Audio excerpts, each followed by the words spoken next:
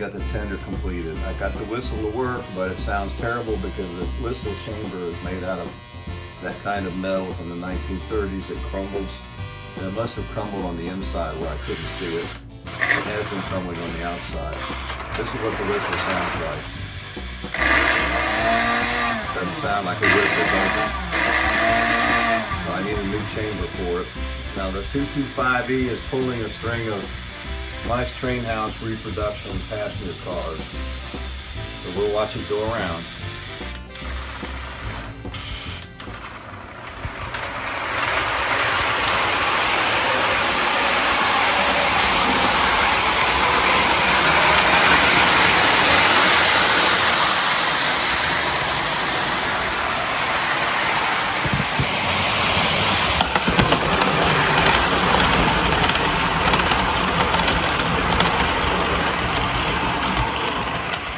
This is my little Haffner wind-up set, which I've slowly been assembling. I don't know if it'll pull 4 cars plus a tender. And I just noticed I've got the tender on backwards. That's a pretty stupid mistake, but we'll leave it that way for the purposes of this demonstration.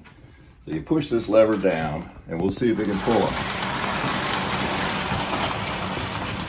Well, let's pull them very slowly. So let's pull the lever up and try removing one. It won't back up because the bell thing snags, which sticks down. I'm not sure it's supposed to stick down, but I think it hits the rails and it's supposed to ring, but it's not very effective if that's how it works. We're going to get rid of a car. That's a beautiful car, isn't it? That's very colorful. That's one thing I like about these Haffners. All right, we'll turn the tender over so it's facing the proper way. These couplers take some getting used to because they're the opposite of the later Marx couplers. Pin that faces up instead of down, it goes through a loop or a slot or something. And I don't particularly like them, but I can live with them. And the key for these things is threaded. So you have to unthread it, because if you leave the key in, it'll knock everything down if you have clearance issues on your layout.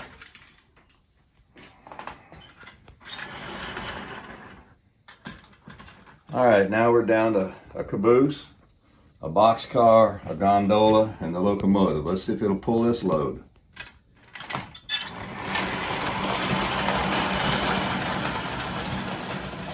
Well, it's struggling, not getting around the corner very good.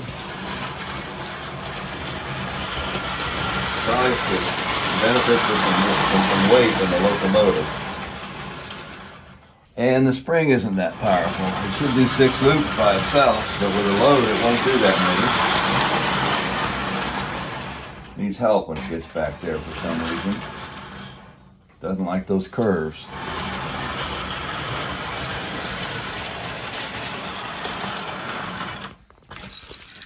So I always run the tension off.